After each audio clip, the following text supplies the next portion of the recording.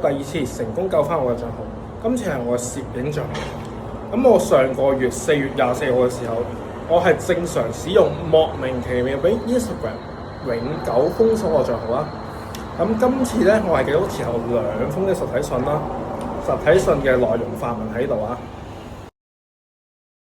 之後我嘅另外一個賬號申請咗藍剔剔，就不停聯絡客服啦，同埋跟網上嘅方法 send 咗以下呢個地址 email 地址，叫 Instagram 重新審視我嘅賬號啦。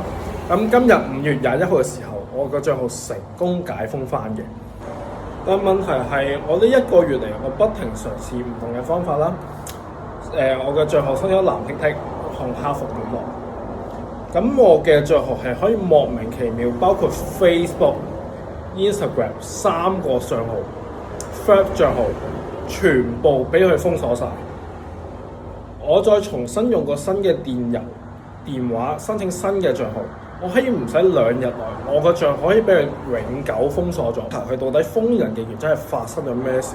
佢好明顯係已經係用 IP 地址嚟封鎖。